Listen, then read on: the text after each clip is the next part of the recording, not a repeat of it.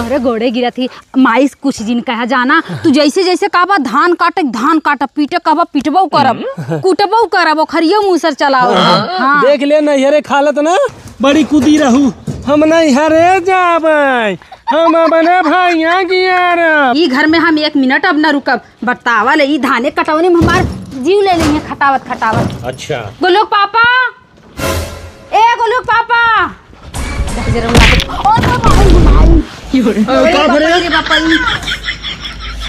Mummy हाथ गोड़े हैं तोड़ दे हमारा और का भवा इतना बैग और पेटी ले कहाँ जाते रे?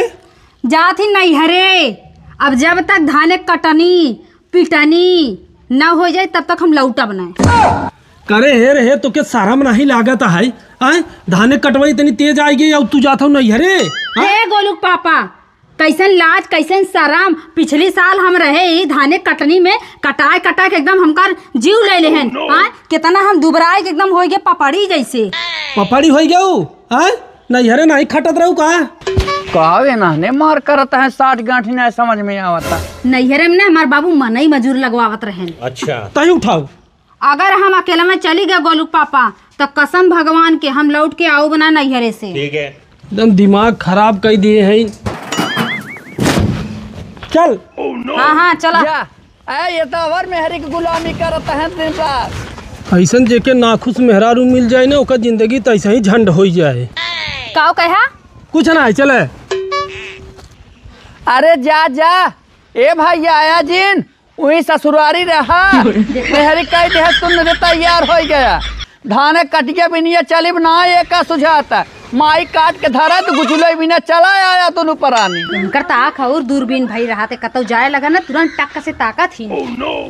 का तू घर खाता ये देश कमाई कहाँ जा तू खुला पचका ले है बाटू देश कमाई जा हे बूढ़ा चुप रहू जानो कि ना ए भातरा गाड़ी एक तय कलौती दूसरे तितलाऊ की तीसरी चढ़ी नीम के डार नहीं रस लेके आए रहो टोके गठिया भातार गाड़ा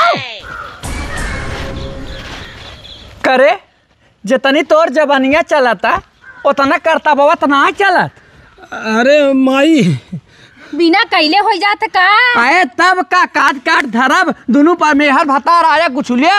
हाँ अरे माई तो कहा हम नैहरे में धान सान ना काटे रहे ना ये भैया कहा नैहरे में तो खाली गुल्ली डंडा खेले यही है बेटी नहीं हुई है। हे बूढ़ा गाय रहू देखे बदे कि हम गुल्ली डंडा खेलत रहे कि बैठ गेना खेलत रहे। चुप जबान नहीं लड़ाई के समझे नहीं महतारी है उनरे तो हर सास हुआ जो कहे अच्छा ही करे ना। ए भैया तू लिपा जिन बेटवा हो तू ही सही रहता ताजी ने कहते नो कहते हिन और तू फाट पर नहीं है ससुराल संहारा भैया हो वही जाता हो रहा लेके। अरे माई का करी बताओ इतना जुग जमाना नेवर बहाई अब वहाँ कुछ कई बैठे तो का करी हम है तो धमकी दे भाई भतीजा बलवामा पुलिस दरोगा बलवामा तू मेहरी के मेहर भवाई की मेहर बसो नजर नदी का गाड़ू। एक आदमी की जिंदगी ऐसा ही झंड हो जाते है हर मेहरारू सुनाई कि हर माई के सुनाई ना ही बेटवा माँ मेहरारू तो बड़की माई है हे भैया वह ससुराल पूजा वह सास तहार माई है ससुर तहार हम बूढ़ा बूढ़ी काट ले बापन देख ल कहा था ना कि दो बात दम कर कितना बर्दाश्त कर ला बोलत है का गलत बोलता अब एक तो बात नहीं बढ़ावे का तू बैग उठावा चला लेके। ए भैया जा तोहार रोई कुल देवी भवानी है ने सरहद देवी नहीं पूजा जाना ओई के लेके जाओ ही ससुरारी थाम जाना वह सास के देखा ससुर देखा सरहुआइन देखा। हे बूढ़ा काहे ना ससुराल संभरिए 10 लाख देहे हन हमार बाप तिलक। अच्छा वही 10 लाख पे घमंडवा बा ए बहनी यही घमंडवा बा आवाज तू करतू ना ऐसे हे देखा ज्यादा बोलबो हमारे राम हो राम हे सूर्य नारायण दीना ना तू देखा का पुतवाई ही खड़ा बाटा है देख ले ड्रामा इनकर देखा तोर मेहरिया मारा ता हथवा उठावत का देखत है दहजरा रे जाए तो माई सुन पहले देख हम बहुत तकलीफ अब का करी के मुँहे लागे चल। हाँ भैया हो माइक बोलिए तो है बेजहाँ लागत ना जा देश के माई अब तो पूज ले है भतारे के जा लेके जा हाँ, पूज ले है बाटी अब तू यही रहा चले। अरे जा देश के माई जा भतार गाड़ो जैसे माई वैसे थी या जैसे क्या कर वैसे है जवन माई सिखाए है नुहन करबू देश के माई जा पता लागे टेंशन जिल यह बूढ़ा है। हे सिट्टू पापा जाता हमें चाउमीन लेवता हमार बहुत मन कहत बाटे खाए के। चुप। माई अकेले बुढ़ापा धान काटा था यहाँ घर में बैठ कर चाउमीन चाट खाएंगी। हे दाई जरूर नाती एक मुका मारम ना ठिकाई जब बहु लागे। तोहर माई का करे बिना बाटीन करिए ना हम करबे हमार देह करे लायक बाटे। नहीं तू तो बिस सुंदरी हो। वो तो हबे करे आया है जाके लेके आओ चुप मार के बता दे सही हम जो घरे में ते हमार माथा जी खराब कर समझिए कि नहीं जो। अरे बाप रे। अरे नमस्ते यार। अरे खुश रहा। जीजा नमस्ते। अरे नमस्ते सर है। अबे साले और का हाल बा? दीदी नमस्ते। अरे सरहज है जीजा सरहज में हंसी मजाक होत है। और बतावा कहाँ हो रसगुल्ला तू? और जीजा ठीक है ठीक बाटा।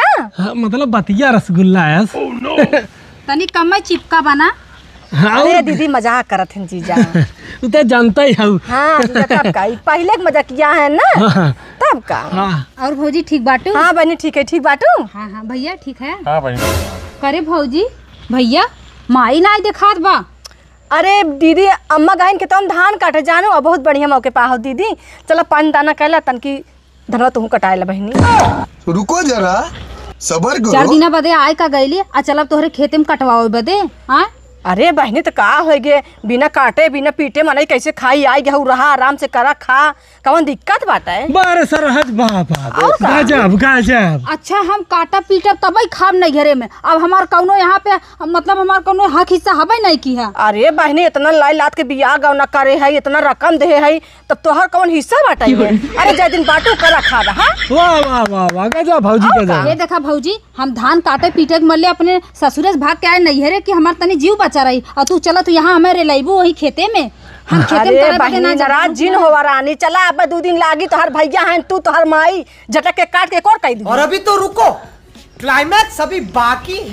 रुका हम पानी लेके आवत है 2 घोट पी ले तो चली। अरे हे सरहज पानी ओनी बाद में लिया पहले एके हंसिया दे ई धान काटे। हाँ जीजा सही कहा थे। बोलुआ मम्मी कहाँ गए? हे गोलुक पापा। अरे गोलुक पापा बात तो कैले कौनो मतलब निकरी नहीं पेटी उठावा चला आवा खटाए के एकदम जीव ले ली है भैया भौजी। ये भगवान क्या जुल्म है। भाग गई। चला जा राम जी की। जय राम जीजा जय राम। रुको जरा सबर करो। कहाँ रे?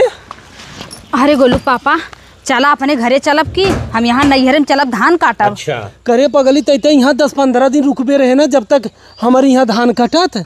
अरे गोलुक पापा माफ करा हम 10 दिन का 10 सेकेंड ना रुकब यहाँ नैहरे में। गजब तोहरा की नैया गाँव में ना बहुत मेहरारू हैं जवन ससुरे में रच के काम करे खोए तो कहीं हम अपने नैहरे में हंसुआ खुरपी ना चलाए हई हम महारानी बनी रहे हमार भाई बाप कभौ ना आए करवाए रेन हमारे कुलिक सहुर ना आए ने आए पागल औरत नहीं थे। हे गोलुक पापा अब आँखी के सामने देख लेला अब ये ताना मारबा जिंदगी भर। हमारा अब चल के माइक बताऊ। अरे नाही गोलुक पापा तोहरे गोड़े गिरा थी माई कुछ दिन कहा जाना तू जैसे जैसे कहबा धान काट पीटे कहबा पिटबो करब कुटबो करब खरियो मुसर चलाओ। देख ले नैहरे खालत ना। हाँ ससुरे के रच के हजम ना होत लेकिन नैहरे के पोखरा हजम कैले ही। चला बड़ी कुदी रहू हम नैहरे जाबै हम अपने भैया की चल।